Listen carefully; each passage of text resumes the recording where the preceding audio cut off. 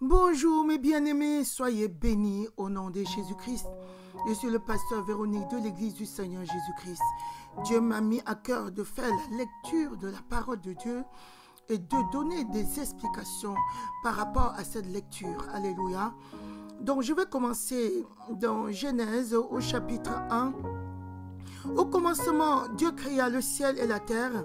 La terre n'était que carreau et vide. Il y avait des ténèbres à la surface de l'abîme et l'Esprit de Dieu planait au-dessus de l'eau. Verset 3, Dieu dit, qui est de la lumière? Et il y eut de la lumière. Dieu vit que la lumière était bonne et il sépara la lumière des ténèbres. Dieu appela la lumière jour et les ténèbres nuit. Il y eut un soir, il y eut un matin, ce fut le premier jour. Dieu dit qu'il y ait une étendue entre les eaux pour les séparer les unes des autres. Dieu fit l'étendue et sépara ainsi l'eau qui est au-dessus de l'étendue de celle qui est au-dessus. Cela se passa ainsi. Dieu appela l'étendue ciel. Il y eut un soir, il y eut un matin, ce fut le deuxième jour. Au verset 9, Dieu dit que les eaux qui sont au-dessus du ciel se rassemblent à un seul endroit et que le sec apparaisse. Et cela se fut ainsi. Dieu appela le sec terre et la masse des eaux mers. Dieu vit que c'était bon. Puis Dieu dit que la terre produise de la verdure, de l'herbe à graines, des arbres fruitieux qui donnent du fruit selon leur espèce et qui contiennent leurs semences sur la terre.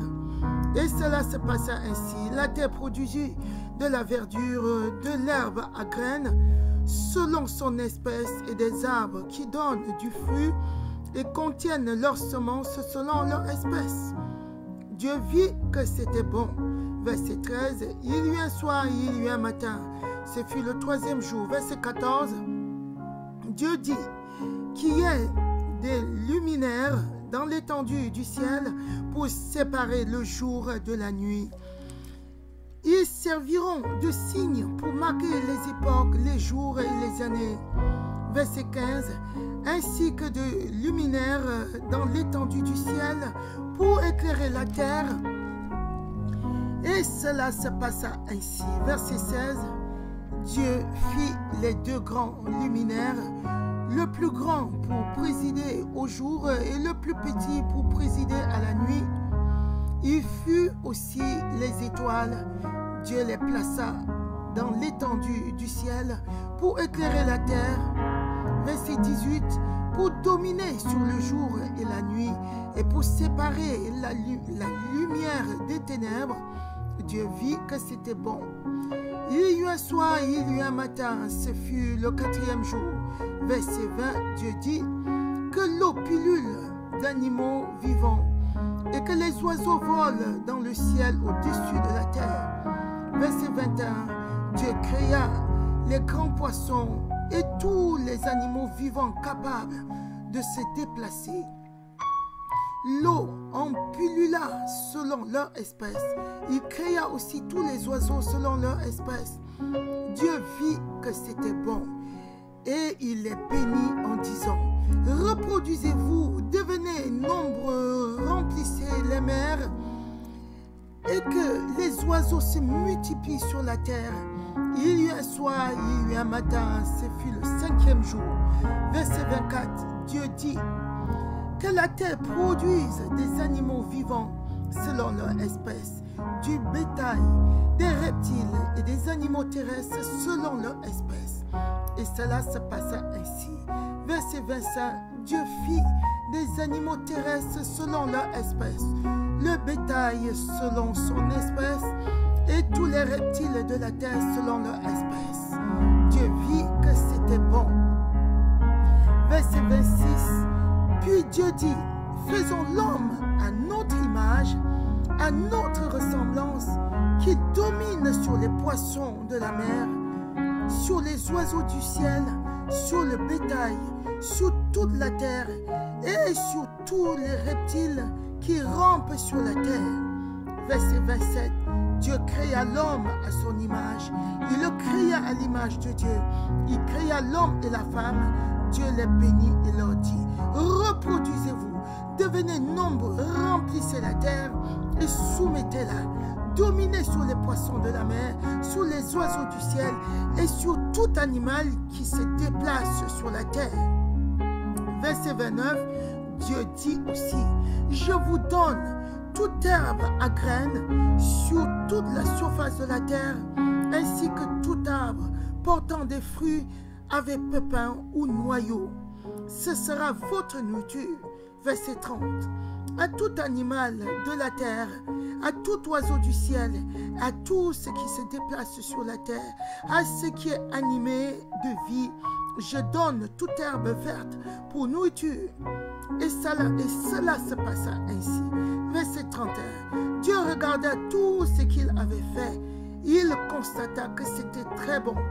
Il y eut un soir, il y eut un matin. Ce fut le 6e jour.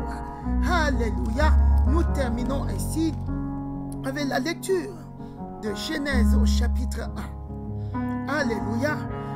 Comme je l'ai annoncé au début, nous n'allons pas terminer comme ça, juste la lecture. Sinon, il y a la lecture partout, sur Internet et partout. Donc, je donne une particularité à cette lecture parce que je donne des explications par rapport à cette lecture. Alléluia. Nous voyons que ce récit de la création, ce texte nous montre que c'est Dieu qui a créé toutes choses. Comment on peut se poser aussi la question, comment notre monde a-t-il pu exister? C'est la question que beaucoup de personnes se posent. En affirmant que Dieu a créé la terre et tout ce qu'elle contient, et qu'il a créé les êtres humains à son image, alors la complexité de la création nous échappe. Néanmoins, ça ne nous échappe pas totalement. Néanmoins, la conviction que Dieu a créé toute vie nous assure non seulement de son autorité sur l'humanité, mais aussi de son profond amour pour tous les êtres humains, pour tous les hommes, mes bien-aimés. Le récit de la création nous instruit sur Dieu et sur nous-mêmes. À propos de Dieu, nous apprenons qu'il est le Créateur. Deuxièmement, qu'en tant que tel, il est distinct de la création. Troisièmement, qu'il est éternel et contrôle le monde entier.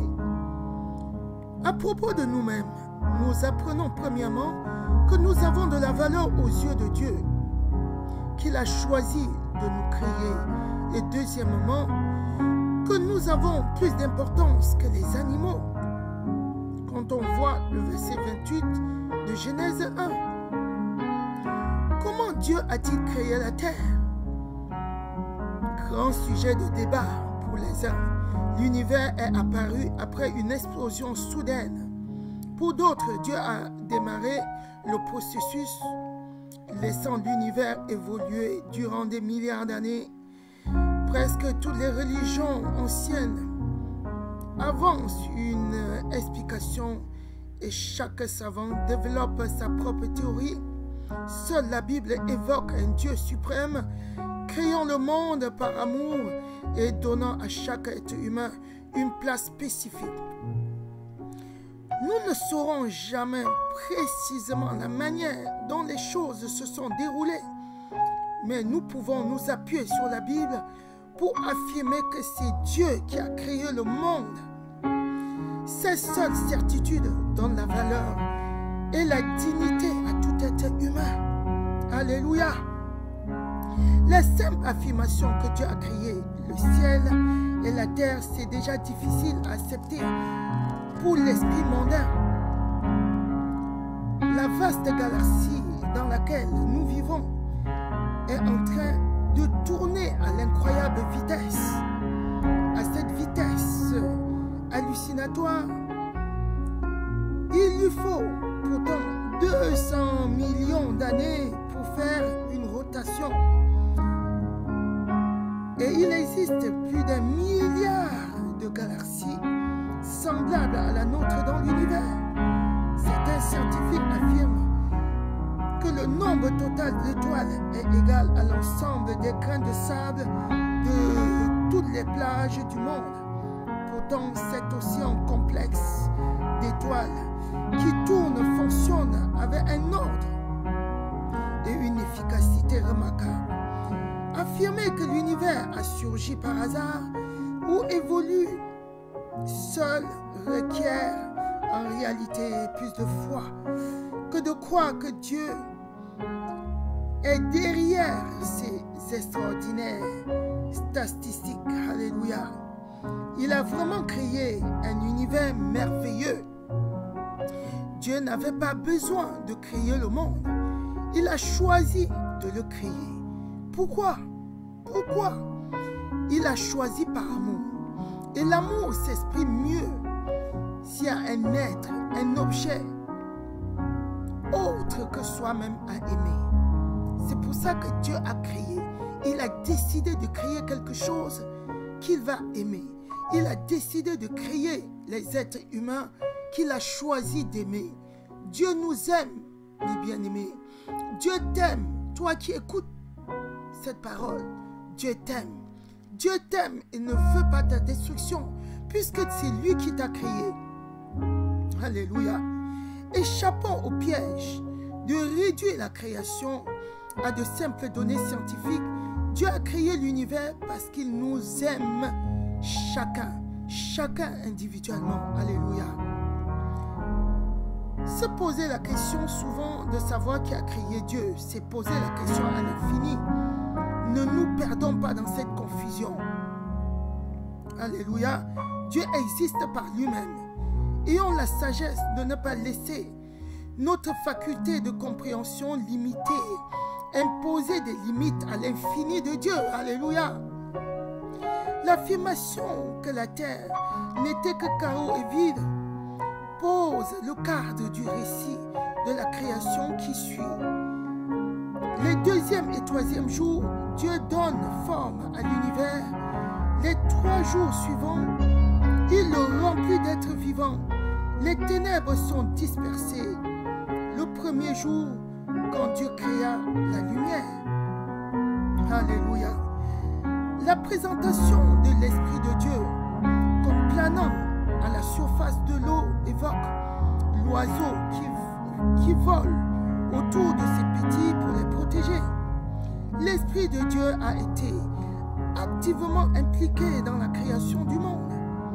La protection et les soins de Dieu sont toujours aussi actifs. Alléluia. Combien de temps a-t-il fallu à Dieu pour créer le monde? Il existe 2 thèses principales quant à la durée des jours. Chaque jour correspond vraiment à une période de 24 heures. Deuxièmement, chaque jour représente une période de durée indéfinie qui peut correspondre même à des millions d'années. En fait, la question centrale du passage n'est pas là. Ce qu'il enseigne clairement, c'est que Dieu a procédé avec ordre. Alléluia. C'est l'ordre qu'il faut retenir dans le processus de la création. Amen. La lumière avant les plantes et que les seuls êtres capables de communiquer avec lui, de communiquer avec le Créateur, de communiquer avec Dieu, les seuls êtres restent les êtres humains. Alléluia. Aucun autre élément de la création ne peut se vanter d'un tel privilège. L'essentiel, ce n'est pas la durée de l'acte créateur, mais le fait que Dieu a créé conformément à sa volonté. L'étendue entre les eaux désigne une séparation entre la mer et la brume céleste. Alléluia. Alléluia. Dieu constate que son œuvre est bonne.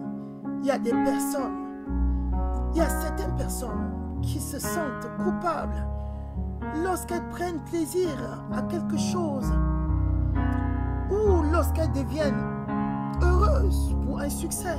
Ça ne devrait pas être ainsi. Parce que notre Dieu n'est pas comme ça. Ce que Dieu a créé, il a trouvé tout cela bon. Alléluia. Et nous pouvons, en fait, nous pouvons faire autant que Dieu.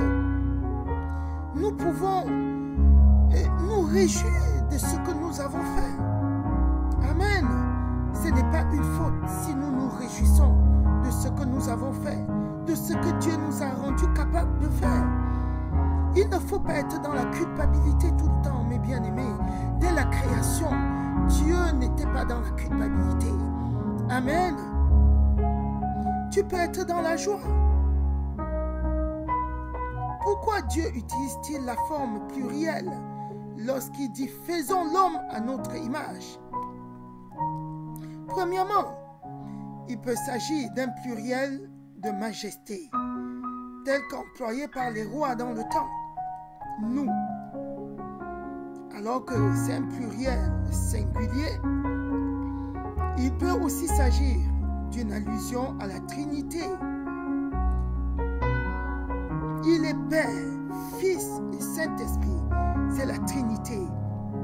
Amen. La Bible mentionne la présence active à la fois de l'Esprit de Dieu. Amen. Quand on considère les Écritures dans Job, chapitre 33 au verset 4, Somme 104 au verset 30, et de Christ le Fils de Dieu lors de la création, Colossiens chapitre 1 verset 16. En quoi sommes-nous faits à l'image de Dieu? De toute évidence, il ne nous a pas créés exactement pareil à ce qu'il est lui-même, puisqu'il n'a pas de corps physique. Nous sommes néanmoins des reflets de sa gloire.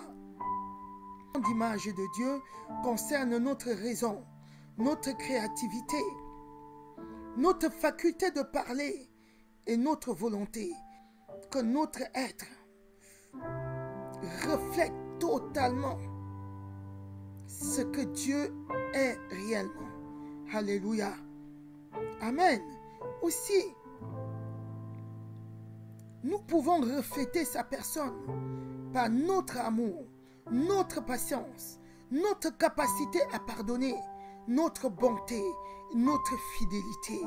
Et nous voyons par rapport au pardon comment Dieu a pardonné l'humanité, comment Dieu a pardonné l'être humain en faisant descendre sa parole, le Fils, qui est appelé Jésus-Christ, en le faisant descendre sur cette terre et en le laissant clouer à la croix pour que l'humanité échappe à la condamnation. Dieu a démontré son amour. Alléluia. Et l'être humain est aussi amour que Dieu l'est. L'être humain qui est né de Dieu. Amen. Le fait que nous avons été créés à l'image de Dieu, tel qui est le fondement de notre valeur personnelle, mes bien-aimés. Amen. Amen. Cette valeur ne repose pas sur nos possessions, sur nos succès, sur notre apparence physique, sur notre notoriété, jamais. Nous critiquer ou nous dévaloriser revient à critiquer ce que Dieu a créé et les capacités qu'il nous a données. Nous ne devons pas nous critiquer. Nous ne devons pas dévaloriser notre propre corps. C'est dévaloriser la création de Dieu, la créature divine. Alléluia. La conviction que nous avons de la valeur à ses yeux nous aide à l'aimer, à le connaître personnellement et à contribuer au bien-être de ceux qui sont autour de nous. Dieu a fait l'homme et la femme à son image, de manière absolument égale. Dès le début, les deux sont placés au sommet de la création. Amen. Aucun des deux sexes n'est présenté comme supérieur à l'autre. Aucun des deux n'est déprécié aux yeux de Dieu. La domination évoquée ici est synonyme d'autorité absolue et de contrôle. Or, bien que possédant le pouvoir suprême, Dieu exerce son autorité avec amour. Alléluia. Déléguer une partie de son autorité aux humains, c'est les inviter à prendre leurs responsabilités vis-à-vis de l'environnement et les autres créatures. Veillons donc à ne pas faire preuve de négligence. Alléluia. Veillons à ne pas faire preuve de négligence ni d'inefficacité dans l'accomplissement des tâches que Dieu nous a données. Alléluia. Alléluia.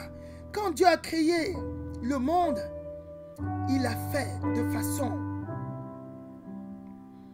on ne peut plus consciencieuse. Alléluia. Nous faisons partie de la création que Dieu a qualifiée de très bonne. Quand nous sommes tentés de nous dénigrer, quand nous sommes tentés de nous déprécier, pensons à cette créature que Dieu a faite et a jugée bonne. Alléluia. Notre monde ne connaît que l'activité et ne laisse presque plus de place au repos. Ces versets montrent que Dieu a créé l'être humain. Alléluia. Et nous a qualifié et a qualifié l'être humain d'une créature excellente. Nous sommes excellents devant Dieu. La théorie qui consiste, les pensées qui nous parviennent et nous dictent que nous ne sommes rien, ne viennent pas de Dieu. Refusons toutes ces choses. Refusons ces activités sataniques qui nous déprécient, qui nous disent que nous ne sommes rien, au point où certains vont au suicide. Tu es une créature merveilleuse de Dieu. Dieu t'a jugé bonne. Alléluia. Dieu a dit que tu es une créature bonne pour lui. Soyez bénis par ces versets. Soyez bénis. À partir de Genèse, tu es déjà béni. Dieu a démontré qu'il a mis dans l'être humain la plus grande importance. Et ça serait autrement. Alléluia, soyez bénis. Et demain, on va continuer la lecture de la parole de Dieu. On continuera demain. C'est la lecture pour toi. On va continuer dans Genèse 2 pour terminer totalement la création. Amen. Soyez bénis, soyez bénédictions. Écoutez et réécoutez. Écoutez et réécoutez. Amen. Partagez, partagez et repartagez. Au nom de Jésus-Christ. Amen.